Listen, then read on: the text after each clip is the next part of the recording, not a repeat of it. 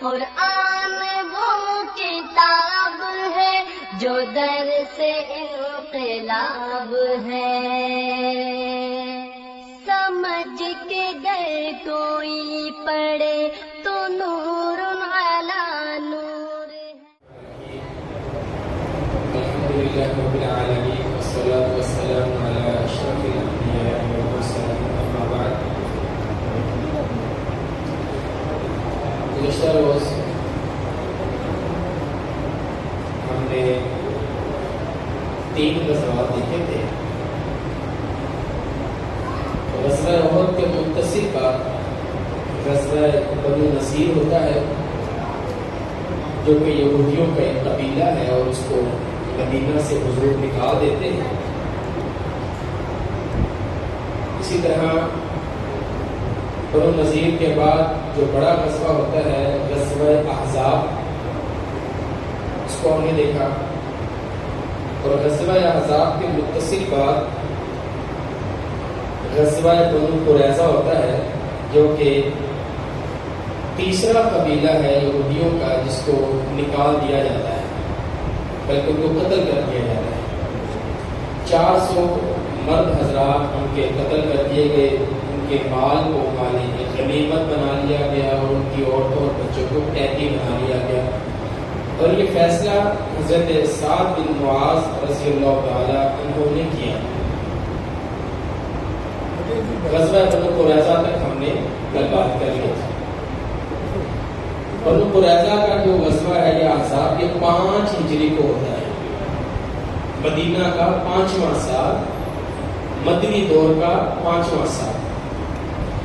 اس کے بعد 6 سال میں ایک اہم واقعہ ہوتا ہے جسے ہم صلح حدیبیہ کے نام سے جانتے ہیں۔ ہوا یہ کہ نبی کرم صلی اللہ علیہ وآلہ وسلم ایک خواب دیکھتے ہیں کہ حضور عمرہ ادا فرما رہے ہیں اور آپ کے ساتھ آپ کے صحابہ بھی ہیں۔ تو حضور نے اس کی یہ تعبیر سمجھی کہ آپ عمرہ کرنے کے لیے جائیں اور اپنے صحابہ کو بھی ساتھ لے کر جائیں۔ حضور نے صحابہ کو اپنا خواب بیان فرمایا اور اپنا ارادہ بیان فرمایا کہ ہم عمرہ کرنے کے لیے چلتے ہیں۔ تو حضور کے ساتھ 1400 صحابہ تیار ہو گئے، حضور کی صحبت میں عمرہ کرنا ہے، اور ارادہ صرف عمرہ ہے، کوئی لڑائی ارادہ نہیں ہے، کوئی جنگ ارادہ نہیں ہے، کوئی اسلحہ آپ ساتھ نہیں لے کر جا رہے۔ حضور مکہ سے مدینہ سے نکلتے ہیں، مکہ کی طرف ذوالحلیفہ میں آپ احرام باندھتے ہیں۔ آپ کے جاسوس آپ کو بتاتے ہیں کہ مکہ والوں کو خبر ہو گئی ہے آپ کے آنے کی، اور وہ آپ کو مکہ داخل نہیں ہونے دیں گے، کسی صورت وہ اس چیز کو برداشت نہیں کریں گے، وہ آپ کو عمرہ نہیں کرنے دیں گے۔ حضور کو روکنے کی غرض سے خالد بن ولید، جو کہ اس وقت مسلمان نہیں ہے، 200 گھوڑ سوار لے کر ایک جگہ ہے قراع الغمیم نام، اس جگہ پر کھڑے ہوئے ہیں، حضور کا انتظار کر رہے ہیں۔ اللہ کے رسول صلی اللہ علیہ وآلہ وسلم نے راستہ بدل لیا، کیونکہ آپ لڑنے کے لیے نہیں آ رہے تھے۔ آپ نے وہ راستہ بدلا اور آپ حدیبیہ والی سائڈ پر آ گئے۔ حضور نے صحابہ سے مشورہ کیا ہمیں کیا کرنا چاہیے، لڑنا چاہیے یا صرف بیت اللہ کا طواف کرنا چاہیے، عمرہ کرنا چاہیے؟ تو زیادہ تر صحابہ نے آپ کو مشورہ دیا حضور ہم لڑنے کے لیے نہیں آئے، ہم تو عمرہ کرنے کے لیے آئے، تو لڑنے کا ارادہ نہیں ہے، ہم صرف عمرہ کریں گے۔ جب حضور حدیبیہ کے مقام پر پہنچتے ہیں، ایک جگہ کا نام ہے حدیبیہ، جب وہاں پہنچتے ہیں تو حضور کی جو اونٹنی ہے قصبہ، وہ بیٹھ جاتی ہے۔ صحابہ اس کو کھڑا کرنے کی کوشش کرتے ہیں، حضور بھی کھڑا کرنے کی کوشش کرتے ہیں، وہ کھڑی نہیں ہو رہی۔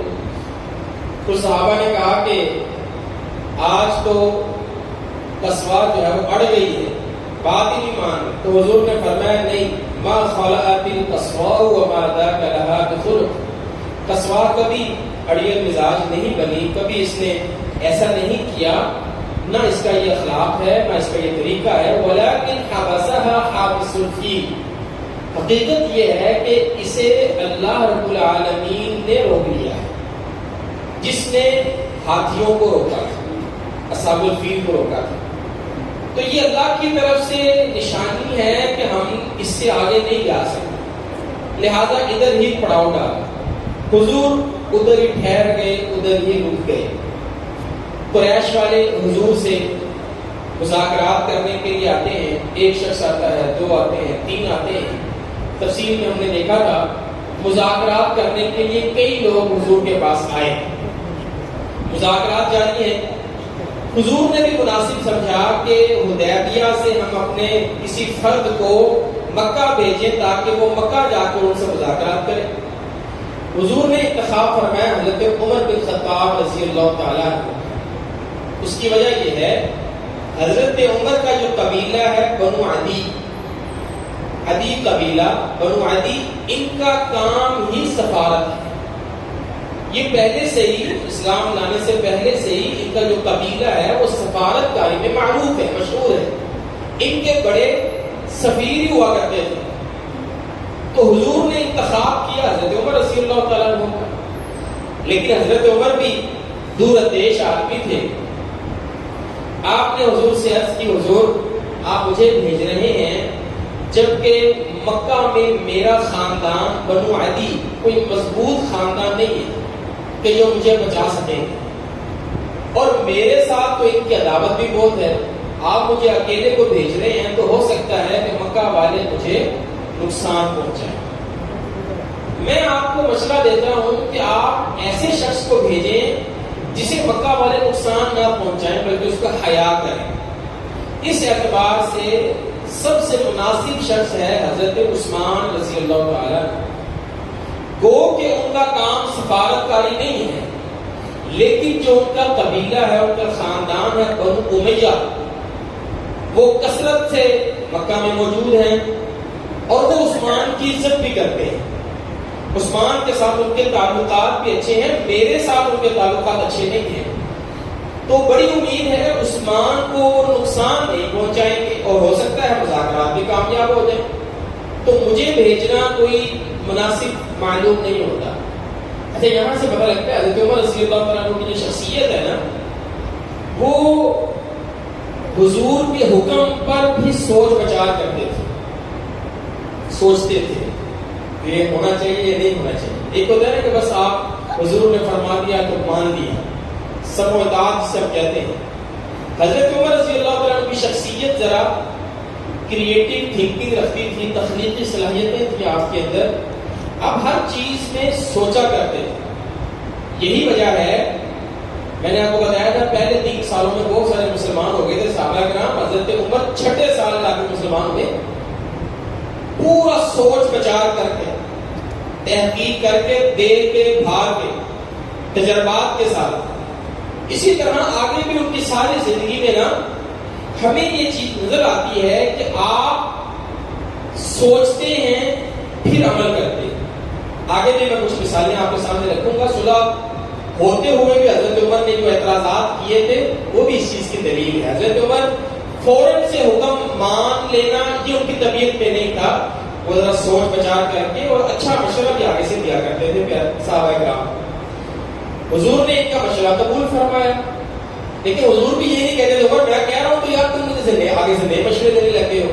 حضور بھی ایسا نہیں کرتے تھے، حضور بھی حضرت عمر کی رائے کا احترام کیا کرتے تھے۔ حضرت عثمان کا انتخاب ہوا، حضرت عثمان کو مکہ بھیج دیا گیا مذاکرات کے لیے۔ جب حضرت عثمان مکہ پہنچے نا تو مکہ والوں نے حضرت عثمان کا حیا بھی کیا، ان کو ان کے ساتھیوں نے پناہ بھی دی، اور کچھ لوگوں نے ان سے کہا کہ عثمان آپ بیت اللہ کا طواف کر لیں، آپ کو اجازت ہے، محمد اور ان کے ساتھیوں کو ہم طواف نہیں کرتے صلی اللہ علیہ وسلم۔ حضرت عمر کہنے لگے یہ کیسے ہو سکتا ہے کہ میں اکیلا ہی طواف کر لوں، میرے پہلے نبی طواف نہ کریں؟ انہوں نے انکار کر دیا۔ پیچھے جو صحابہ کرام موجود ہیں نا وہ آپس میں باتیں کر رہے ہیں کہ یار عثمان مکہ پہنچ گیا ہے، وہ تو کب سے اس نے طواف کر لیا ہوگا، عمرہ کر بھی لیا ہوگا۔ وہ یہ سمجھ رہے ہیں کہ عثمان نے تو طواف کر لیا ہوگا. حضور کو اس بات کا پتہ لگا تو حضور نے فرمایا نہیں، میرا گمان یہ کہتا ہے کہ میرا عثمان میرے بغیر طواف نہیں کرے گا. تم تو یہ کہہ رہے ہو عثمان کے بغیر، پر میری رائے نہیں ہے، عثمان نہیں طواف کرے گا میرے بغیر. اچھا جب حضرت عثمان واپس آ گئے نا تو ان کو لوگوں نے پوچھا عثمان طواف کر لیا پھر تو نے تو خوب بیت اللہ کی زیارتیں کی ہوگی، صحیح کی ہوگی، عمرہ کیا ہوگا. حضرت عثمان کہنے لگے یار تم میرے بارے میں یہ سوچ بھی کیسے سکتے تھے؟ اتنا برا گمان تمہارا میرے بارے میں؟ میرے نبی حدیبیہ میں رہتے اور میں مکہ میں ہوتا، 1 سال گزر جاتا، میں اپنے نبی کے بغیر طواف نہ کرتا. یہ تو پھر چند دن گزرے. اگر 1 سال کا عرصہ بھی مجھے ملتا میں حضور کے بغیر کبھی طواف نہ کرتا. تو انہوں نے حضور کے بغیر طواف نہیں کیا. حضور حدیبیہ میں ہیں، حضرت عثمان مکہ میں ہیں. افواہ پھیل گئی کہ حضرت عثمان رضی اللہ عنہ کو شہید کر دیا گیا ہے. تو حضور نے اعلان فرمایا، آپ نے فرمایا کہ اب ہم واپس نہیں جائیں گے، کوئی نہ کوئی فیصلہ کر کے جائیں گے، عثمان کا خون رائگاں نہیں جائے گا. اور حضور نے صحابہ کرام کو بلایا اور ان سے کہا کہ اب تم میرے ہاتھ پر بیعت کرو کہ ہم اس کا بدلہ لیے بغیر نہیں جائیں گے. تو اس وقت ایک بیعت ہوتی ہے، بیعت کا ہوتی ہے باع یبیع. بیعن عربی میں کہتے ہیں کسی چیز کو بیچنا، اسے کہتے ہیں بیع. اور اشترا کہتے ہیں کسی چیز کو خریدنا. بیع و شرا، بیچنا خریدنا، جیسے خرید و فروخت کہتے ہیں. تو بیعت میں کیا ہوتا ہے کہ آپ ایک چیز بیچتے ہیں اور اس کی عوض کوئی دوسری چیز لیتے ہیں. تو بیعت کیا ہوئی کہ ہم حضرت عثمان کا بدلہ لیں گے، اس کے لیے ہم یہاں پر استقامت کے ساتھ کھڑے رہیں گے، اگرچہ ہمیں شہید ہونا پڑے ہم شہید ہو جائیں گے، ہم یہاں سے نہیں جائیں گے اور بدلے میں ہم اللہ سے جنت دیں گے. تو اسے کہتے ہیں بیعت. صحابہ کرام بیعت کرتے تھے، اپنی جان بیچ کر اللہ سے جنت خریدتے تھے. اسے کہتے ہیں بیعت. بیعت عقبہ اول، بیعت عقبہ ثانی ہم نے دیکھا. تو یہاں پر جو بیعت ہوئی ہے نا، حضرت جابر بن عبداللہ رضی اللہ عنہ کی وضاحت ہے. وہ فرماتے ہیں موت پر بیعت نہیں ہوئی کہ ہم مر جائیں گے، نہیں، یہ بیعت نہیں ہوئی. بیعت ہوئی استقامت پر. ہم یہاں سے نہیں ہلیں گے جب تک ہمیں عثمان کا پتہ نہ لگ جائے، ہم عثمان کا بدلہ نہ لے لیں. تو اس بات پر آپ نے بیعت کی. 1400 صحابہ آپ کے ساتھ موجود تھے.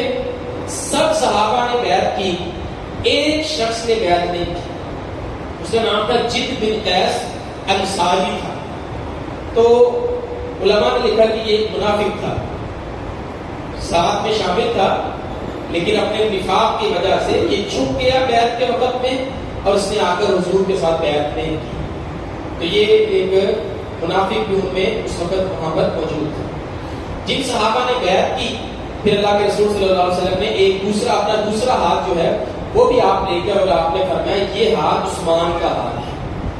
ایک ہاتھ آپ نے نیچے رکھا، سب صحابہ نے اوپر رکھا، پھر دوسرا ہاتھ آپ نے اوپر رکھے، کہا یہ ہاتھ عثمان کا ہاتھ ہے. حضرت عثمان کی طرف سے بھی بیعت کی. تو اللہ رب العالمین نے اس کا ذکر فرمایا لقد رضی اللہ عن المؤمنین اذ یبایعونک تحت الشجرہ. اللہ رب العالمین ان تمام مومنوں سے راضی ہو گیا جنہوں نے اس درخت کے نیچے بیعت کی. وہاں پر ایک درخت تھا، اس درخت کے نیچے یہ بیعت بھی تھی. تو اسے جو ہے وہ بیعت رضوان کہا جاتا ہے، جس میں 1400 صحابہ کرام موجود تھے. اب مذاکرات جاری ہیں. اتنے میں مکہ کی طرف سے ایک شخص آتا ہے جسے سہیل بن عمر جن کا نام، یہ بھی بعد میں مسلمان ہو گئے، وہ بڑے انہوں نے دین کا کام کیا. یہ مکہ والوں کی طرف سے مذاکرات کے لیے آئے. ان کے ساتھ نا کچھ شرائط پر صلح طے ہو گئی. جب یہ آ رہے تھے، ان کا نام سہیل ہے. سہیل کا مطلب ہے سہل، آسانی پیدا کرنے والا. حضور نے فرمایا اب سہیل آ گیا ہے، تمہارے لیے یہ معاملہ آسان ہو جائے گا. اور واقعی آسان ہو گیا. سہیل کے ساتھ حضور کے مذاکرات جو ہے وہ صحیح کامیاب ہو گئے اور آپ نے ایک تحریر لکھی، ایک معاہدہ لکھا جسے صلح حدیبیہ کہا جاتا ہے. اس معاہدے کے شروع میں، اچھا یہ معاہدہ لکھ رہے ہیں حضرت علی رضی اللہ تعالیٰ. حضرت علی ان 14 صحابہ میں سے ہیں جو لکھنا پڑھنا جانتے ہیں. بعض علماء نے لکھا کہ حضور کے زمانے میں 14 لوگ تھے جو لکھنا پڑھنا جانتے تھے. پھر بدر کے بعد جو بدر کے قیدیوں نے لکھنا سکھایا بچوں کو، اس کے بعد وہ تعداد زیادہ ہو گئی. تو حضرت علی ان میں سے جو لکھنا جانتے تھے. حضرت علی لکھ رہے ہیں، حضور نے شروع کروایا بسم اللہ الرحمن الرحیم سے، جو آپ کا معمول تھا. سہیل بن عمر کہنے لگے کہ نہیں، ہم اللہ کو جانتے ہیں اور الرحمن الرحیم کو نہیں جانتے، ہمارے طریقے کے مطابق لکھیں، وہ ہے بسمک اللہم بس. الرحمن الرحیم ہم نہیں جانتے اس کو. اللہ کے رسول نے فرمایا چلو ٹھیک ہے کوئی بات نہیں. آپ نے فرمایا علی بسم اللہ الرحمن الرحیم مٹا دو، بسمک اللہم لکھ دو. حضرت علی نے لکھ دیا. آگے آپ چلے تو شروع میں ہوتا ہے من محمد رسول اللہ، محمد اللہ کے رسول کی طرف سے کفار مکہ کی طرف. وہ کہنے لگا رکو، یہ کیا بات ہوئی؟ ہم محمد رسول اللہ کو نہیں مانتے، ہم محمد بن عبداللہ کو جانتے ہیں.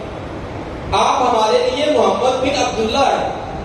محمد رسول اللہ مان لیا تو پھر اختلاف کس چیز کا؟ پھر آپ نے دشمنی کس چیز کی؟ اللہ کے رسول نے فرمایا علی چلو یہ بھی مٹا دو، محمد رسول اللہ ختم کر کے محمد بن عبداللہ لکھ دو. حضرت علی نے فرمایا حضور بسم اللہ الرحمن الرحیم تو میں نے مٹا دی ہے، اب محمد رسول اللہ مٹانے کی میرے اندر ہمت نہیں. حضور یہ مجھ سے نہیں مٹایا جائے گا، عقیدت ہے، محبت ہے. حضور نے فرمایا اچھا چلو مجھے بتاؤ کہاں لکھا ہے، کیونکہ حضور پڑھنا نہیں جانتے تھے. آپ یہ جو الفابیٹس ہیں ان کو جوڑ توڑ کے ساتھ جو ہم ساؤنڈز نکالتے ہیں یہ حضور کو نہیں آتے تھے. ایسے تو حضور کے پاس وہ نہیں لگتا، اس کائنات میں سب سے زیادہ علم اللہ کے رسول کے پاس ہے. یہ ایک فن ہے، یہ فن حضور کو نہیں سکھایا ہے. حضور نے کہا کہ مجھے بتاؤ کہاں لکھا ہوا ہے، تو اللہ کے رسول نے اپنے ہاتھوں سے اس کو مٹا دیا اور حضرت علی نے محمد بن عبداللہ لکھ دیا. اب اس کے اندر جو دفعات طے ہوئی، جو صلح کی دفعات ہیں، وہ یہ 3 قسم کی ہیں. ان کو ذرا غور سے دیکھیں. سب سے پہلی بات یہ ہے کہ اب 10 سال تک جنگ بندی ہے، مکہ اور مدینہ کے درمیان لڑائی نہیں ہوئی، جنگ نہیں ہوئی. اچھا یہاں پر یہ جو صلح ہو رہی ہے نا، اس کا مطلب یہ ہے کہ مکہ والوں نے مدینہ کو بھی ایک ریاست تسلیم کر دیا. مذاکرات ریاست کے ساتھ ہی ہوا کرتے ہیں، وہ آپ کو تسلیم کرتے ہیں تو پھر مذاکرات طے ہوا کرتے ہیں. تو مکہ اور مدینہ کی 10 سال تک جنگ بند، کوئی جنگ نہیں ہوگی. حضور نے کہا ٹھیک ہے. دوسری چیز، مکہ والے جس کو چاہیں جس قبیلے کے ساتھ چاہیں تعلقات بنائیں، مدینہ والے جس قبیلے کے ساتھ چاہیں تعلقات بنائیں، اس میں کوئی رکاوٹ نہیں ہونی چاہیے. کہا ٹھیک ہے. تیسری بڑی اہم شک ہے وہ یہ ہے کہ اگر کوئی مسلمان مکہ سے ہجرت کر کے مدینہ آئے گا اب اس کے بعد، تو اس کو مدینہ سے واپس مکہ بھیج دیا جائے گا یا اس کو مدینہ قبول نہیں کیا جائے گا. اور اگر مدینہ سے کوئی شخص کافر ہو کر مکہ چلا گیا اس کو واپس نہیں کیا جائے گا. مکہ سے آئے ہوئے کو واپس کیا جائے گا، مدینہ سے آئے ہوئے کو واپس نہیں. حضور نے اس شرک کو بھی تسلیم کر دیا کہ ٹھیک ہے ہم اب نئے کسی آنے والے مسلمان کو مدینہ میں شہریت نہیں دیں گے. لیکن اس بات پر نا حضرت عمر رضی اللہ تعالیٰ عنہ نے بہت زیادہ جو ہے وہ تحفظات کا اظہار کیا. حضرت ابوبکر صدیق کے پاس گئے، ان سے پوچھا کہ ہم مسلمان نہیں ہیں؟ کیا وہ مشرک نہیں ہیں؟ مشرک ہیں، ہم مسلمان ہیں، ہم حق پر ہیں، پھر ہم یہ شرک کیوں مان رہے ہیں کہ ہم اپنے بندے کو واپس بھیجیں گے اور ان کا بندہ ہم واپس نہیں بلائیں گے؟ ہم یعنی وہ لفظ یہ ہے کہ ہم یہ ذلت کیوں قبول کر رہے ہیں، ہم اتنا نیچے کیوں اپنے آپ کو کر رہے ہیں؟ حضرت ابوبکر رضی اللہ عنہ نے جواب دیا، عمر تم درمیان میں نہ ہو، یہ فیصلہ محمد رسول اللہ صلی اللہ علیہ وسلم کر رہے ہیں اور وہ اللہ کی وحی کے بغیر بات نہیں کرتے، اللہ ان کو ظاہر نہیں کرے گا. پھرنا آ گیا، سیدھا اللہ کے رسول کے پاس آ، حضور ہم مسلمان نہیں ہیں، ہم مسلمان ہیں، وہ مشرک نہیں ہیں، وہ مشرک ہیں، ہم حق پر نہیں ہیں، ہم حق پر ہیں. تو پھر حضور ہم کیوں یہ شرک مان رہے ہیں ان کی؟ حضور نے فرمایا میں اللہ کا رسول ہوں، میں اللہ کی وحی سے بات کرتا ہوں، اللہ مجھے رسوا نہیں کرے گا. وہی جواب جو حضرت ابوبکر نے دیا. پھر کھلبلی مچی ہوئی ہے، سکون نہیں ہے، ابھی تک اطمینان نہیں ہو رہا. حضور نے فیصلہ فرما دیا. ہاں اتنا حضور نے ضرور فرمایا حضرت عثمان کی تسلی کے لیے، عثمان دیکھ جو ہمارا مرتد ہو کر مکہ چلا گیا، ہم نے اس کا کیا کرنا ہے؟ ہمیں اس کی کیا ضرورت ہے؟ جو کافر ہو گیا، مرتد ہو گیا، اور ہم نے اس کا کیا کرنا ہے؟ جائے گا مرضی جائے، اور جو ہمارے پاس آئے گا نا ہم اسے قبول نہیں کریں گے. مجھے بڑی امید ہے اللہ ان کے لیے کوئی اور راہ نکال دے، اللہ ان کے لیے کوئی اور راہ نکال. تو پریشان نہ ہو. اللہ کے رسول صلی اللہ علیہ وآلہ وسلم نے یہ شرط بھی قبول فرما لی. ابھی یہ صلح طے ہو ہی رہی تھی کہ سہیل بن عمر کا بیٹا ابو دجانہ رضی اللہ تعالیٰ وہ وہاں پہنچ گیا. کہا حضور میں مکہ سے بڑی مشکل آیا ہوں، میں مسلمان ہوں، مجھے تو بڑی دیر سے سہیل بن عمر نے باندھ رکھا تھا قید میں، میں ابھی اپنے آپ کو چھڑا کر یہاں پہنچا ہوں. پیارے پیغمبر کے پاس آ گئے. سہیل نے وہ معاہدہ جو تھا وہ پکڑ لیا. اس نے کہا جی ہمارا معاہدہ ہو رہا ہے، ہمارا معاہدہ ہو گیا ہے، مکہ سے آیا ہوا بندہ آپ قبول نہیں کریں گے، آپ واپس لیں گے. حضور نے فرمایا ابھی تو معاہدہ ہو رہا ہے، ابھی تو بات ہو رہی ہے، تو تھوڑا خیال کرو. اب وہ چونکہ سہیل کا بیٹا تھا ابو دجانہ، تو سہیل بن عمر کہنے لگا جی کوئی مذاکرہ نہیں ہوگا، کوئی صلح نہیں ہوگی جب تک آپ نے اس کو واپس نہیں کریں. واپس کریں اس کو. حضور نے مناسب سمجھا. آپ نے حضرت ابو دجانہ سے کہا بھائی تو واپس چلو. اچھا وہاں بڑی عجیب سی کیفیت، ایک جذباتی کیفیت پیدا ہو گیا. حضرت ابو دجانہ نے جب دیکھا حضور مجھے واپس کر رہے، انہوں نے اونچی آواز سے مسلمانوں کو پکارنا شروع. مسلمانوں یہ کیا ہو رہا ہے؟ پہلے میں اتنی عزیت میں رہا ہوں، میں پہنچا پھر مجھے واپس بھیجا جا رہا ہے. حضرت عمر رضی اللہ عنہ گھرا گئے. مسئلہ کیا کر رہے ہیں آپ؟ عمر چپ ہو جائے. حضرت عمر ابو دجانہ کے پاس چلے. ابو دجانہ کے والد سہیل نے ابو دجانہ کو پکڑا ہوا ہے، گھسیٹتے ہوئے لے کر جا رہے ہیں. حضرت عمر رضی اللہ عنہ ابو دجانہ کے پاس گئے اور جا کر اس کے کان میں کہا یہ میری تلوار پکڑ. جو تلوار تھی ان کے پاس کوئی اوزار تھا، وسلہ تھا، یہ پکڑ اور سہیل کو قتل کر. یہ پکڑ اور اپنے باپ کو قتل کر دے. ابو دجانہ آگے سے کہنے لگے یار عمر جو کام مجھ سے کروانا چاہتے ہو تم بھی تو کر سکتے ہو، تم پکڑو تلوار قتل کر دو. آگے سے حضرت عمر کہتے نہیں نہیں حضور نے منع فرمایا لڑائی نہیں کرنی، ہم تو صلح کرنے کے لیے بیٹھے ہو، اس طرح تو لڑائی بڑھے اٹھے گی. تو فرمانے لگے تم اللہ کے رسول کی بات پہ حیا کرتے ہو، مجھے نہیں آیا. میں بھی حق رکھتا ہوں کہ پیارے پیغمبر کی بات پر پہلا دوں. اللہ کے رسول نے اگر کہا کہ ہم نے لڑائی نہیں چھیڑنی تو میں کیوں لڑائی چھیڑوں یہاں پر؟ تو یہ ایک بڑا جذباتی سا وہاں پر ماحول بنا. حضرت عمر پھر وہاں سے واپس آ کے ابو دجانہ کو لے گئے. تو یہاں پر پھر حضرت عمر رضی اللہ عنہ کو بے اطمینانی سی ہے، اس طرح ہے. یہاں پر ابو دجانہ چلے گئے، سہیل بن عمر بھی چلے گئے. حضور کو پتہ لگ گیا کہ اب ہم عمرے پر نہیں جا سکتے، اگلے سال عمرہ کرنے کے لیے آئیں گے، اب ہم نے واپس جانا ہے.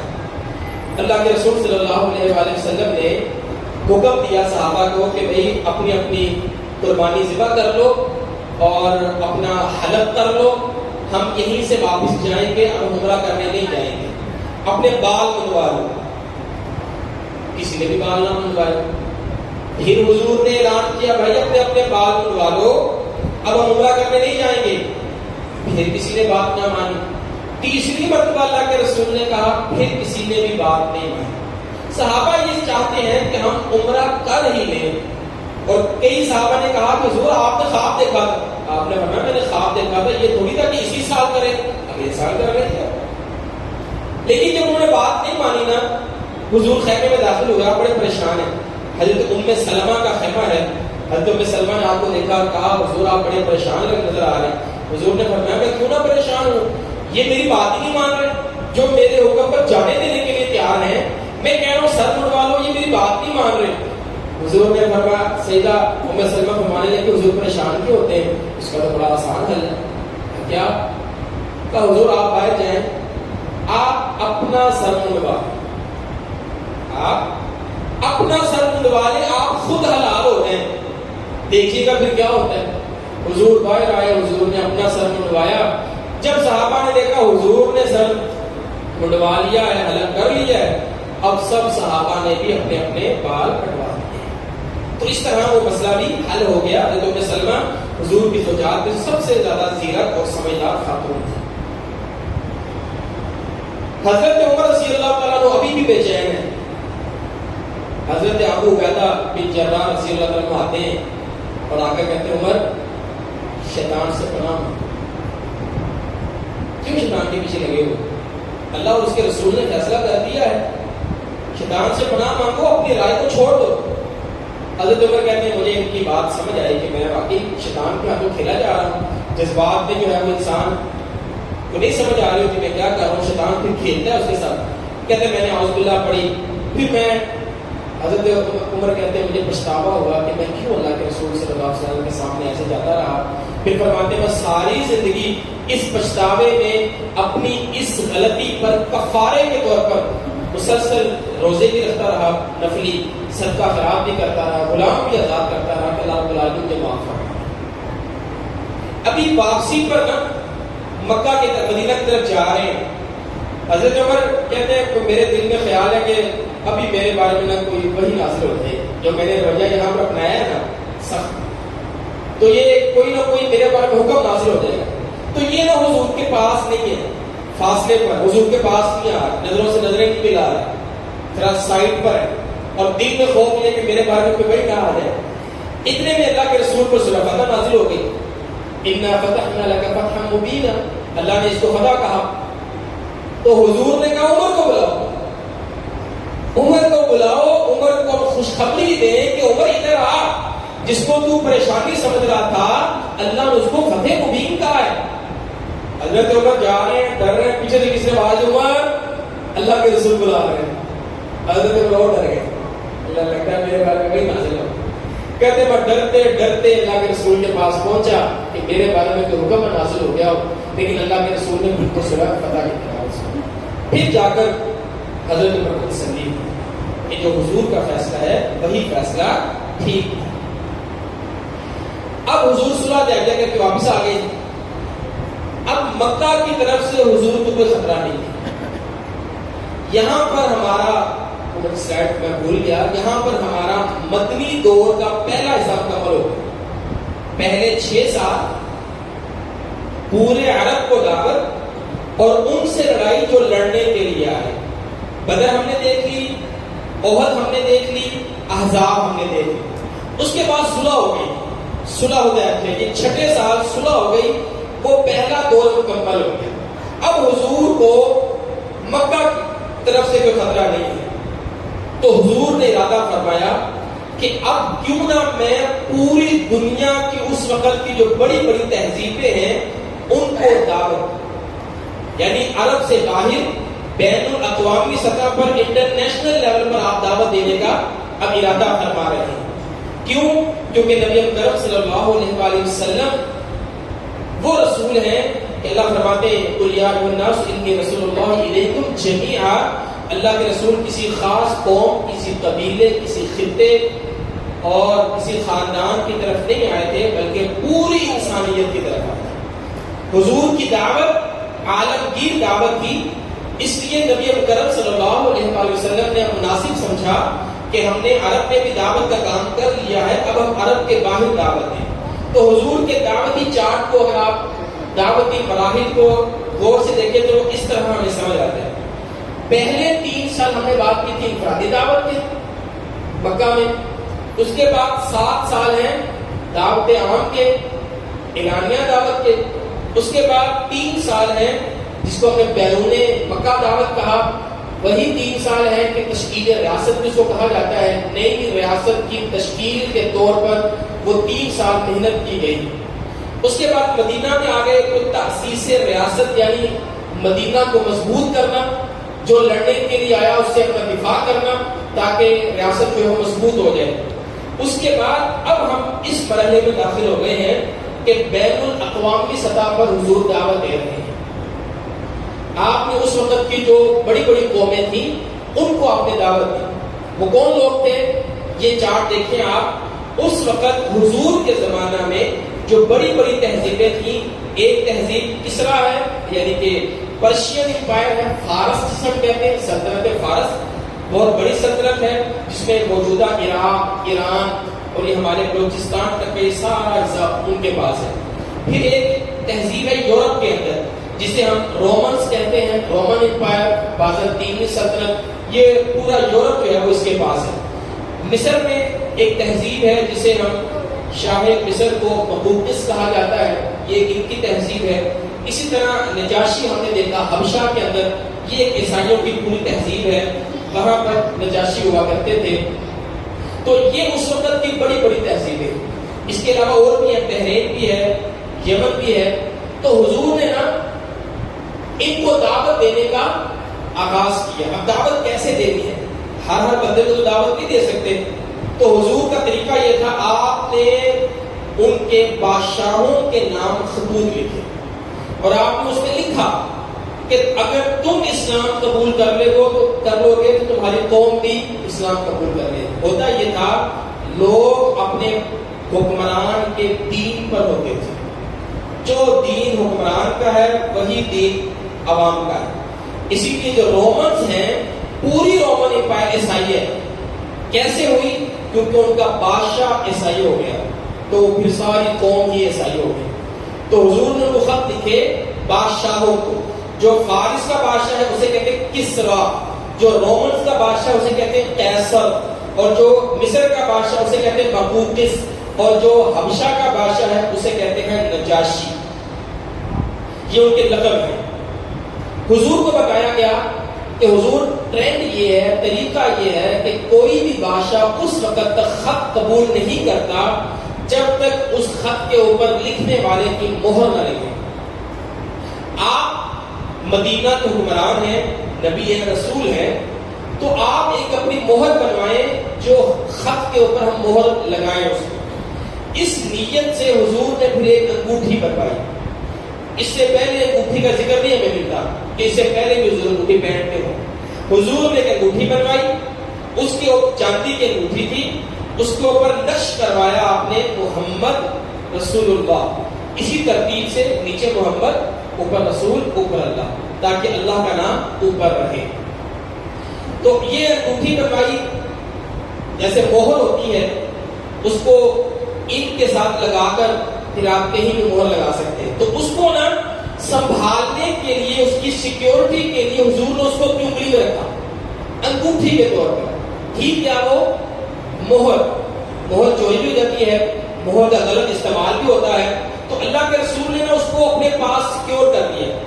کہا جاتا ہے کہ یہ درمیان والی انگلی کے ساتھ والی انگلی میں آپ نے رکھا اور آپ اس کو اندر والی سائڈ پہ رکھتے تھے. مہر کو اپنی ہتھیلی والی سائڈ پر آپ رکھتے تھے. ٹھیک ہے، اس کے اوپر کوئی نگ وغیرہ نہیں تھا، صرف یہ چاندی کی اور اوپر نقش ہوا ایک لگائیں اور آپ مہر لگائیں. اس غرض سے حضور نے پھر اس ٹرینڈ کو آپ نے قبول کیا. آپ نے کہا ٹھیک ہے، اگر وہ ایسے مانتے تو پھر ایسے ہی ٹھیک. تو جو جائز چیزیں ہوتی تھیں اپنی تہذیبوں کی، تو حضور اس کو قبول کر لیا کرتے تھے. جیسے درہم و دینار جو ہیں، یہ بھی رومنس کے تھے، یہ کوئی عرب کے نہیں تھے، جس کو اللہ کے رسول نے قبول کیا. تو مہر حضور نے بنوائی، آپ نے خطوط لکھے. ایک دن میں 6 جگہ پر اللہ کے رسول نے خط بھیجے. ایک دن میں 6 جگہ پر 6 صحابہ کے ہاتھ میں حضور نے خطوط بھیجے اور ہر خط بادشاہ کے نام تھا، کسی فرد کے نام نہیں. ایک بادشاہ، ایک حکمران دوسرے بادشاہوں کو خط لکھ رہا ہے. ٹھیک ہے، حضور کی حیثیت بھی ایک بادشاہ کی ہے اس وقت. اچھا، حضور نے تو ہر جگہ پر ایک صحابی بھی خط کے ساتھ بھیجا، ایک صحابی بھیجا متکلم کے طور پر بات کرنے کے لیے. وہاں علماء نے لکھا ہے کہ ہر جگہ پر، جس جگہ پر جو صحابی حضور نے بھیجا نا، وہ اس قوم کی زبان جانتا تھا، اس کو بھیجا. وہ اس قوم کی تہذیب جانتا تھا، اس کو بھیجا. اس کی شکل و شباہت اس قوم سے ملتی جلتی تھی، اس کو بھیجا.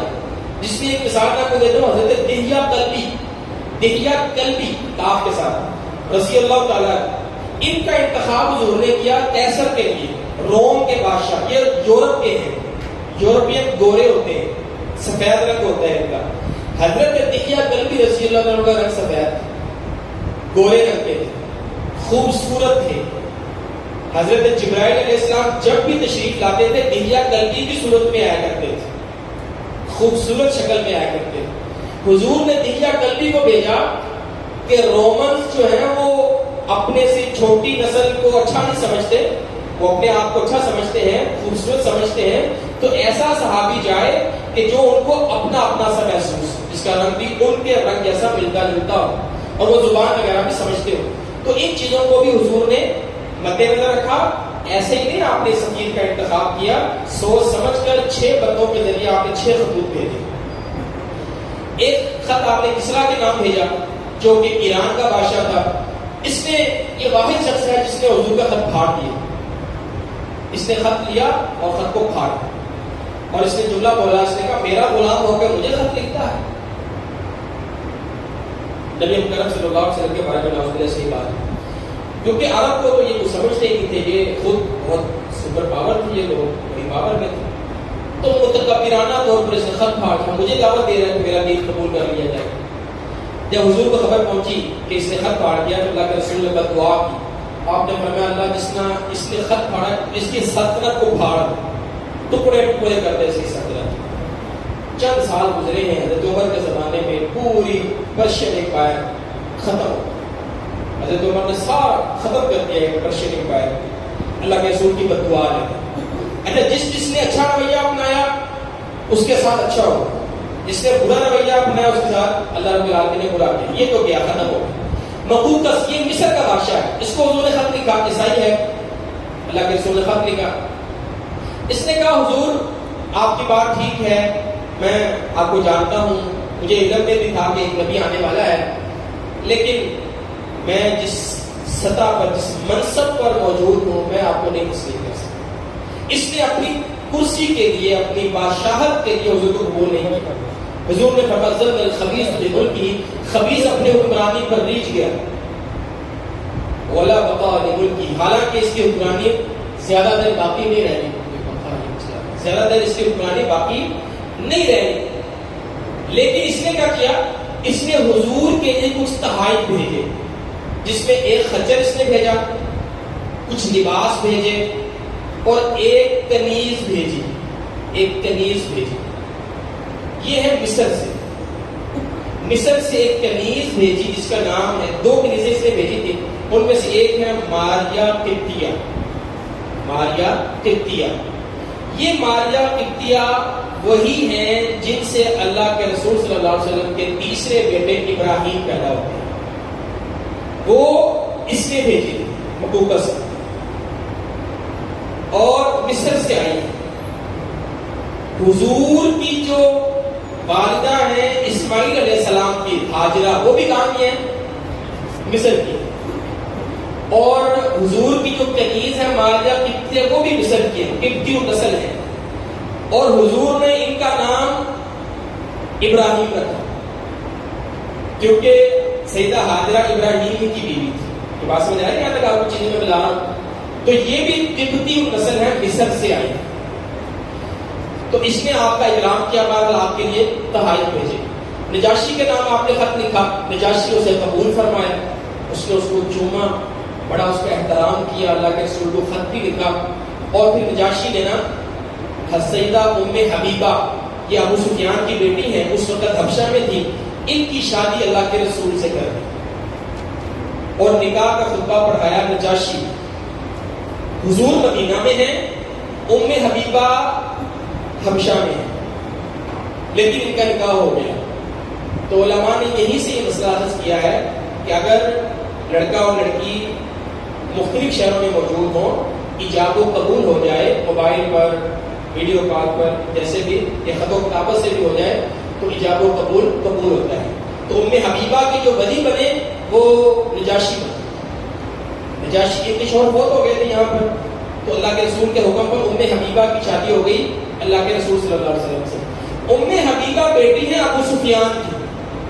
ابو سفیان جو ہے ان کی دشمنی ہے اللہ کے رسول کے ساتھ، مکہ کے سردار ہیں وہ.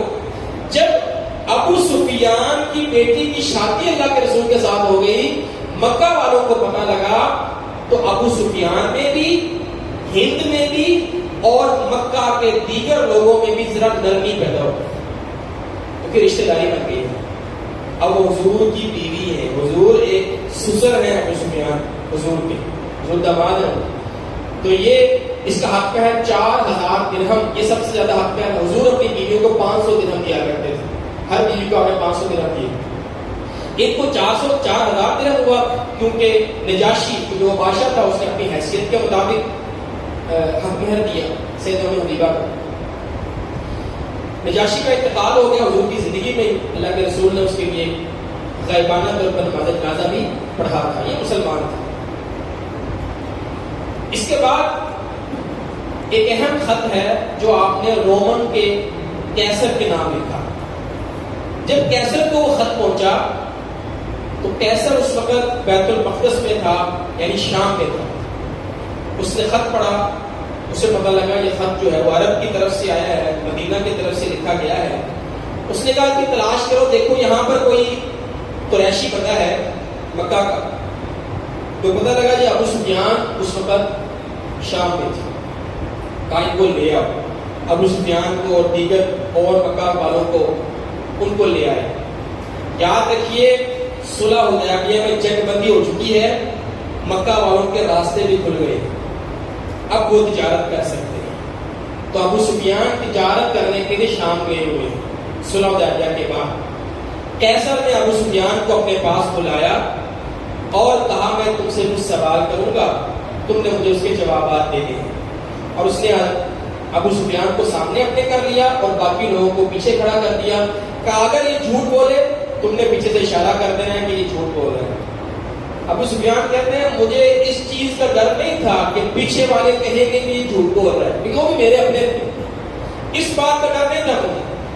ڈر مجھے اس بات کا تھا کہ اگر میں نے جھوٹ بولا تو یہ میرے ساتھی مجھے تانا ماریں گے۔ ابو سفیان کو ہوتے جھوٹ بولے ایسے تو میں یہ تانا نہیں برداشت کر سکتا۔ اتنا ان لوگوں کے ہاں جھوٹ کو معیوب سمجھنے لگا تھا، اپنے دشمن کے بارے میں جھوٹ بولنے کو معیوب سمجھتے کہ بھائی لوگ کہیں گے جھوٹا آدمی ہے، چاہے وہ میں ان کا اپنا تھا۔ ہرقل نے پھر سوالات شروع کیے، ہم مختصراً جلدی جلدی وہ سوالات کر لیتے ہیں۔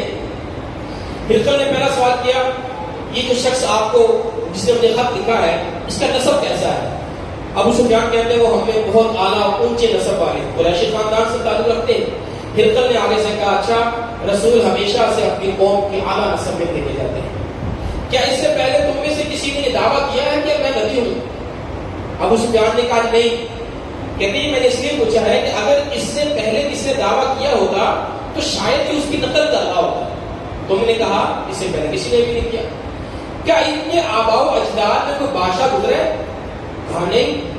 کہا اچھا، اگر کوئی بادشاہ گزرا ہوتا تو شاید ہی اپنے باپ دادا کی بادشاہت کے لیے کام کر رہا ہوتا، بادشاہ بھی نہیں ہے۔ اچھا یہ بتاؤ اس کے پیروکار کون ہیں، امیر ہیں کہ غریب ہیں؟ ابو سفیان نے کہا کمزور اور غریب لوگ ہیں۔ کہا رسولوں کی ابتدا میں پیروی غریب لوگ ہی کرتے ہیں، کمزور لوگ ہی کرتے ہیں، بعد میں تو پھر سلطنتیں جو ہیں ان کے ماتحت آ جاتی ہیں۔ کہا اچھا ان کے پیروکار بڑھ رہے ہیں کم ہو رہے ہیں؟ کہا ان میں تو روزانہ اضافہ ہو رہا ہے، مسلسل اضافہ ہی ہو جا رہا ہے۔ کہا اچھا سچے ایمان کی خاصیت یہی ہے یہاں تک کہ وہ مکمل ہو جائے، کیا دین میں داخل ہونے کے بعد لوگ مرتد بھی ہوتے ہیں، واپس بھی جاتے ہیں؟ کہتا ہے نہیں نہیں، ان کے لوگ واپس بھی جاتے ہیں۔ کہ ایمان کی خوشی جب دلوں میں بچ جائے تو کوئی اسے نہیں چھوڑتا، وہ تصدیق کری جا رہا ساتھ ساتھ۔ کیا دعوی نبوت سے پہلے کبھی تم نے ان پر جھوٹ کا الزام لگایا؟ محمد جھوٹ بولتے تھے؟ کہتا ہے نہیں، کافی جو انسانوں سے جھوٹ نہیں بولتا وہ اللہ کے بارے میں کیسے جھوٹ بول سکتا ہے؟ کیا اس نے کبھی وعدہ توڑا؟ وعدہ تم سے کیا ہوا وعدہ کہ آج تک تو اس نے وعدہ نہیں توڑا؟ ہاں ابھی حالیہ ہمارا صلح حدیبیہ کا ایک معاہدہ ہوا ہے، دیکھتے ہیں اس میں وہ کیا کرتا ہے۔ ابو سفیان کہتے ہیں یہاں مجھے تھوڑا سا موقع ملا تھا ملاوٹ کرنے کا، بدگمانی پیدا کرنے کا، تو میں نے تھوڑی سی بات کر دی کہ اب پتہ نہیں کیا کرے گا ہمارے ساتھ، وگرنہ کہتے مجھے کہیں موقع ہی نہیں ملا کہ میں کوئی بات کر سکوں۔ کہا رسول کبھی غداری نہیں کرتے اور بدعہدی نہیں کرتے۔ اچھا یہ بتاؤ تمہارے ساتھ جنگ ہوئی؟ کہا ہوئی۔ کون جیتا کون ہارا؟ کہ کبھی وہ جیتا کبھی ہم جیتے. کہ یہ بھی ہوتا رہتا ہے انبیاء کے ساتھ, اللہ کبھی کبھی ان کو آزماتا بھی ہے. آخر نتیجہ یہ نکلا, آخری سوال اس نے کیا کہ وہ تمہیں کس بات کی دعوت دیتا ہے؟ وہ کہتا اللہ کی عبادت کرو, اس کے ساتھ کسی کو شریک نہ کرو, اپنے باپ دادا کی شرکیاں باتیں چھوڑ دو, وہ ہمیں نماز پڑھنے, سچ بولنے, پاک دامنی اختیار کرنے, سیدھا رہنے کا حکم دیتا ہے. ہرقل نے کہا یہ تمام باتیں سچے نبی کی علامات ہیں. اور پھر کہا اگر تمہاری یہ باتیں سچی ہیں تو یاد رکھو ابھی جس جگہ پر میرے پاؤں ہیں نا, یہ عنقریب اس کی ملکیت میں جگہ ہوگی, وہ اس کا مالک بن جائے. مجھے معلوم ہے کہ ایک نبی آنے والا ہے, ہمیں معلوم تھا, عیسائی تھا یا عالم تھا, ہمیں بھی معلوم تھا کہ ایک نبی آنے والا ہے, لیکن ہمیں یہ نہیں گمان تھا کہ وہ تم میں سے ہو. ہم سمجھتے تھے وہ بنی اسرائیل میں سے, تم عربوں میں سے ہوگا, ہمیں اس چیز کا گمان نہیں تھا, لیکن بہرحال ہمیں یہ تھا کہ وہ آئے گا. پھر کہتے ہیں اگر میں اس تک پہنچ سکتا تو میں ضرور اس تک پہنچتا, اور اگر میں اس کو پا لیتا تو میں اس سے قدم دھو کر اس سے قدم دھوتا. اس نے اچھا جو ہے وہ خیالات کا اظہار کیا. پھر اس نے نا اپنے سارے وزیر, مشیر, پادری, ان کو اپنے دربار میں بلایا اور وہاں پر حضور کا خط پڑھا جو آپ کو خط آیا. بسم اللہ الرحمن الرحیم, سلام اس پر جو ہدایت کی پیروی کرے, اللہ کے بندے محمد اور اللہ کے رسول کی طرف سے ہرقل عظیم روم کے نام یہ خط ہے. اسلم تسلم, اسلام قبول کر لو, تمہارے اسلام قبول کرنے میں تمہیں دوہرا اجر ملے گا, تمہارے اسلام کا بھی, تمہاری قوم کے اسلام کا بھی تمہیں اجر ملے گا. جب اس نے یہ خط پڑھا نا لوگوں کے سامنے, پھر اس نے وہاں پر کہا لوگوں تم کیا چاہتے ہو؟ اگر تم چاہتے ہو کہ تمہاری سلطنت باقی رہے, رومن امپائر باقی رہے, تو میرا مشورہ یہ ہے کہ ہم اس خط والے کی بات کو مان لیں, تسلیم کریں. لوگوں نے تو شور ڈالنا شروع کر دیا, جو عیسائی پادری تھے, وزیر وغیرہ, انہوں نے شور ڈالنا شروع کر دیا. تو ابو سفیان بھی وہیں پر کھڑے تھے. ہرقل نے کہا ان کو باہر نکال. ابو سفیان کو باہر نکال دیا گیا, باقی صحابہ کو, باقی لوگوں کو باہر نکال دیا گیا. تو ابو سفیان جب باہر آیا تو انہوں نے کہا بھائی محمد کی بات تو بہت اوپر چلی گئی ہے صلی اللہ علیہ وسلم, یہ تو کیسر بھی اب اس سے ڈرتا ہے, اس کا تو چرچا بہت اوپر ہو گیا. کہتے ہیں کہ وہ پہلا موقع تھا جب میرے دل میں اسلام میں جگہ کہ اب واقعی میں پیارے پیغمبر جو ہے ان کا غلبہ ہے اور ہم ہار رہے ہیں. جب ان کو نکال دیا نا تو بعد میں ہرقل نے کہا بھائی آرام سے, تسلی سے, میں تمہیں چیک کر رہا تھا, میں تمہارے ایمان کا امتحان لے رہا تھا, تم کتنے مضبوط ہو اپنے ایمان پر. بس ٹھیک ہے, میں تم سے راضی ہوں, میں کون سا کو دین چھوڑ رہا ہوں. تو اس نے ان سارا ماحول کو جو ہے وہ ٹھنڈا کیا. تو یہ ایک ہمیں خط ملتا ہے, ہرقل کی پوری گفتگو ایسی حدیث ہرقل کہا جاتا ہے. اس کے بعد خطوط آ جانے کے بعد جو اگلا مارکہ ہوتا ہے وہ ہے خیبر کا مارکہ. اس کو ہم آج پڑھ لیتے ہیں. حضور کو پتہ لگتا ہے کہ خیبر میں یہودی جو ہے وہ مدینہ پر حملہ کرنے کے بارے میں سوچ رہے ہیں. اللہ کے رسول صلی اللہ علیہ وآلہ وسلم نے مناسب سمجھا کہ ہم خود خیبر پر حملہ کریں. اب یہ وہ دور ہے کہ جب حضور اقدامی جہاد کر رہے ہیں. میں نے آپ سے عرض کی تھی پہلے 6 سال دفاعی جہاد ہے, اب اگلے 5 سال اقدامی جہاد ہوگا. حضور مدینہ سے باہر نکل کر لڑے. اس میں پہلا بڑا غزوہ خیبر ہے. 7 ہجری محرم کا مہینہ ہے. یہ آپ دیکھ سکتے ہیں مدینہ سے اوپر شمال کی طرف خیبر ہے, مدینہ سے شمال کی طرف 169 کلومیٹر شمال مغرب میں یہ واقع ہے. یہودیوں کا مرکز ہے. جب مدینہ سے حضور نے یہودیوں کو نکالا تھا تو یہ کچھ خیبر میں بھی چلے گئے تھے, ہم نے اس پر بات کر لی تھی.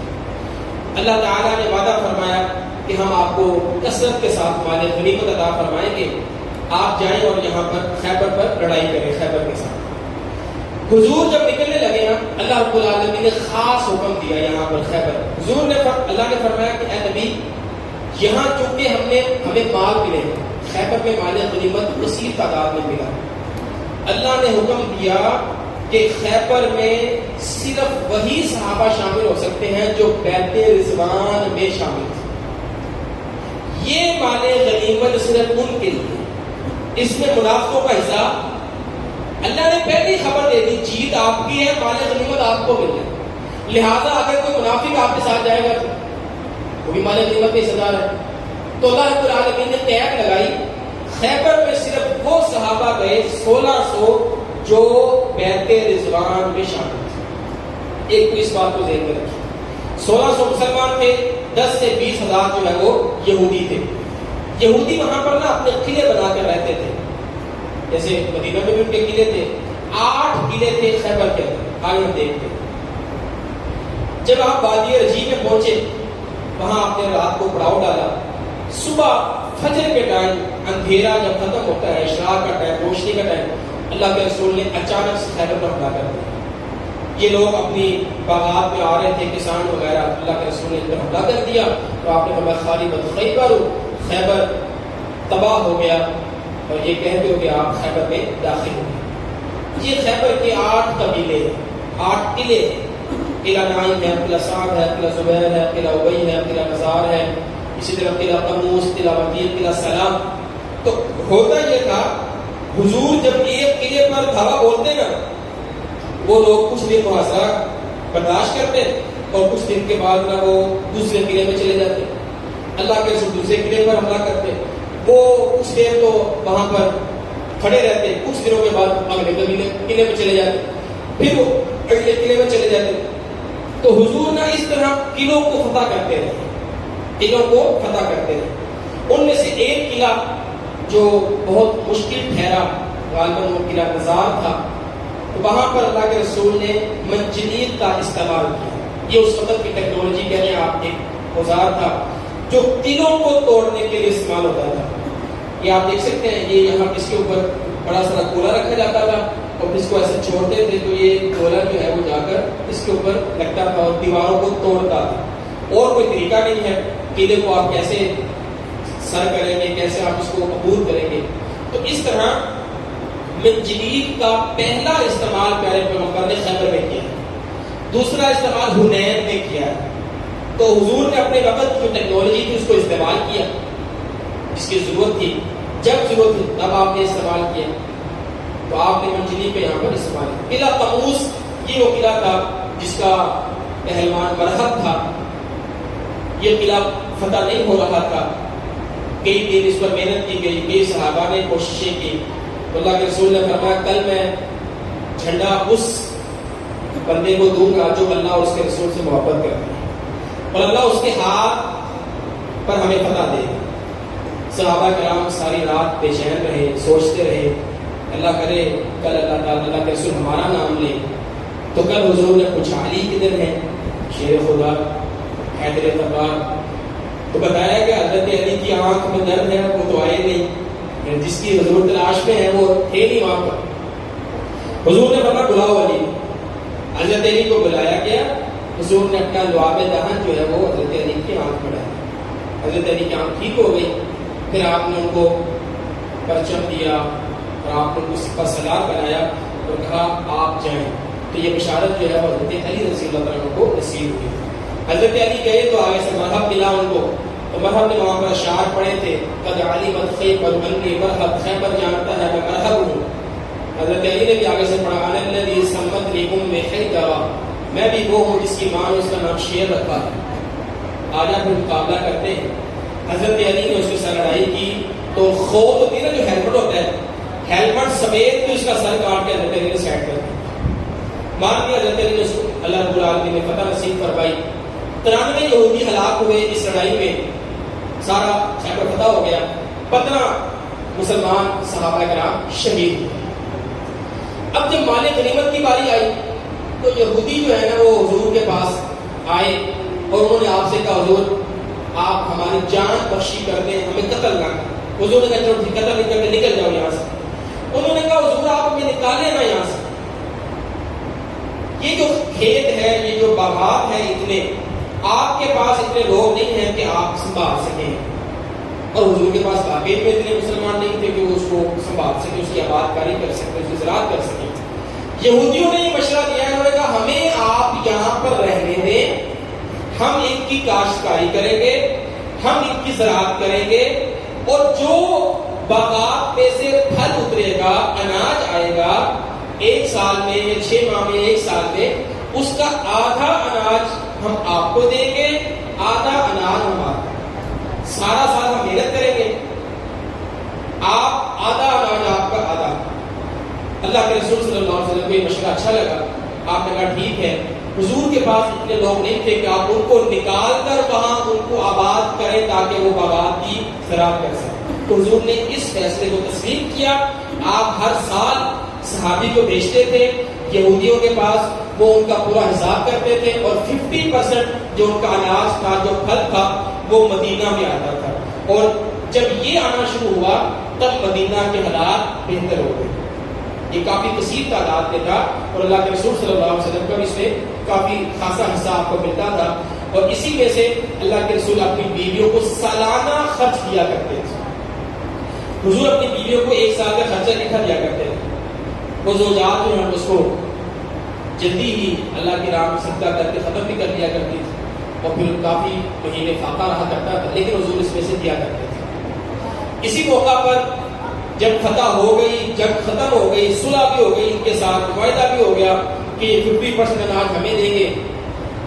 ایک خاتون جس کا نام زینب بنت حارث تھا، یہودی تھی، اس نے حضور کو دعوت دی کہ حضور آپ ہمارے گھر آئیں، کھانے پر تشریف لائیں، ہم آپ کے لیے کھانا بناتے ہیں۔ اللہ کے رسول نے ان کی دعوت قبول فرمائی۔ حضور غریب ہو، امیر ہو، کافر ہو، اس کی بھی آپ دعوت قبول فرما لیا کرتے تھے۔ حضور گئے کھانا کھانے کے لیے، جب آپ نے نوالا لیا تو بکری کا گوشت تھا، حضور نے وہ نوالا منہ میں ڈال دیا، پھر آپ نے اس کو نکال دیا، اور آپ نے بتایا کہ مجھے بتایا گیا ہے کہ اس کے اندر زہر ہے۔ آپ نے اس خاتون کو بلایا، اس سے پوچھا تم نے زہر ملایا؟ اس نے کہا ہاں میں نے ملایا۔ اب کیوں زہر ملایا؟ وہ کہنے لگی کہ اس لیے کہ میں چاہتی تھی اگر آپ نبی ہیں تو پھر تو آپ کو کوئی نقصان نہیں ہوگا، اللہ آپ کو بتا دے، ہمیں بھی پتا لگ جائے گا آپ واقعی میں نبی ہیں، اور اگر آپ نبی نہ ہوئے اور ایک بادشاہ کی حیثیت سے ہمیں تباہ و برباد کر رہے ہیں تو ہماری آپ سے جان چھوٹ جائے گی۔ تو میں نے تو تجربہ کیا تھا کہ آپ نبی ہیں کہ نہیں ہیں۔ بہرحال کہا جاتا ہے کہ یہ بات بھی اس کی جھوٹ تھی، کیونکہ اگر یہ سچ ہوتا تو اسلام قبول کر لیتے۔ وہ کہتی کہ ہاں جی ٹھیک ہے اب تو آپ نبی ہیں تو ہم آپ کا دین قبول، لیکن اسے نہیں کیا نا۔ اس کا مطلب یہ بھی وہ جھوٹ بول رہی ہے، حسد ان کو تھا۔ اللہ قرآن میں کہتے ہیں آپ کو ایسے جانتے ہیں جیسے اپنے اولادوں کو جانتے ہیں، ان کو کون سا شک تھا کہ نبی ہے کہ نہیں ہے۔ بہرحال اللہ کے رسول نے نا اس عورت کو کچھ نہیں کہا، معاف کر دیا۔ تو جو صحابہ کرام ساتھ تھے ان میں سے ایک صحابی نے چند نوالے کھا لیے تھے، جس کی وجہ سے ان کی طبیعت خراب ہوئی، فوت ہو گئے، تو ان کے قصاص میں اللہ کے رسول نے اس عورت کو قتل کروا دیا، اپنی وجہ سے نہیں، اس صحابی کے قصاص کی وجہ سے اسے قتل کروا دیا۔ اب یہ جو لڑائی ہوئی ہے خیبر، اس کے نتیجے میں رزلٹ کیا نکلا؟ نیچے جنوب کی طرف مکہ سے بھی حضور محفوظ ہے، اور اوپر شمال کی طرف خیبر سے بھی حضور محفوظ ہے۔ نقشہ آپ نے دیکھ لیا تھا نا، مدینہ درمیان میں ہے، مکہ نیچے ہے، خیبر اوپر ہے۔ مکہ والوں سے صلح ہو گئی ہے، نیچے سے آپ سیف ہیں، اور اوپر خیبر والوں سے بھی صلح ہو گئی ہے، تو اوپر سے بھی آپ سیف ہیں۔ اور حضور جو ہے وہ آپ کی قوت میں بہت اضافہ ہوا کہ مکہ والوں نے بھی آپ کو تسلیم کر لیا اور خیبر والوں کو بھی آپ نے ہرا دیا۔ تو یہ غزوہ خیبر تک 7 ہجری تک ہم نے چیزوں کو دیکھ لیا ہے، باقی انشاءاللہ ہم آگے دیکھیں گے۔ آج کا ہمارا نقطہ تعلیم یہ ہے کہ یہ کتاب ہے سیرت کا انسائکلوپیڈیا، سیرت انسائکلوپیڈیا، 11 جلدوں پر یہ کتاب ہے، دارالسلام ریسرچ سینٹر لاہور سے یہ کتاب چھپی ہے، اور کافی اچھی اور خوبصورت کتاب ہے۔ اس کے اندر ولادت سے قبل جو مختلف تہذیبیں تھیں، رومنز، پرشین، ان کے حالات سے یہ چیز شروع ہوتی ہے کتاب، اور حضور کی وفات تک، آخر تک اس میں سارے واقعات موجود ہیں، اور کوشش کی گئی ہے کہ احادیث صحیح احادیث اس میں لی جائیں، اور اگر کوئی ضعیف روایت ہے بھی تو اس کو وہ بتاتے ہیں کہ یہ روایت ضعیف ہے۔ اسی طرح اس کے اندر رنگین تصاویر ہیں، نقشے ہیں، خاکے ہیں، شجروں کے ذریعے تاریخی مقامات ہیں، اس حوالے سے بھی کافی معلومات اس کے اندر موجود ہے۔ یہ دیکھیں اس میں اس طرح تصاویر موجود ہیں، جیسے خانہ کعبہ، اس میں سے بھی کچھ تصاویر جو ہے وہ ہم آپ کے سامنے لاتے ہیں اس کتاب سے. ویسے یہ کتاب ہارڈ کاپی میں بھی ہمارے پاس موجود ہے, PDF میں بھی یہ کتاب آپ کو مل جاتی ہے, آپ ڈاؤن لوڈ کر سکتے ہیں اس کتاب کو. بڑی شاندار کتاب ہے, سیرت کے حوالے سے یہ ایک اہم کام ہے, اور یہ کسی ایک فرد کا کام نہیں ہے, یہ پوری ٹیم کا کام ہے. اس میں مختلف لوگوں کا حصہ ہے. جغرافیہ کا کام الگ بندوں نے کیا ہے, تاریخی مقامات احادیث کی چھان جو ہے وہ چھان پھٹک الگ لوگوں نے کی ہے, سیرت الگ لوگ, رائٹر الگ ہیں, ڈیزائنر الگ ہیں. تو ایک پورا ٹیم ورک ہے. 11 جلدوں پر یہ کتاب ہے. PDF میں یہ کتاب آپ کو مل سکتی ہے. دارالسلام لاہور سے یہ کتاب چھپی ہے. جزاک اللہ خیر.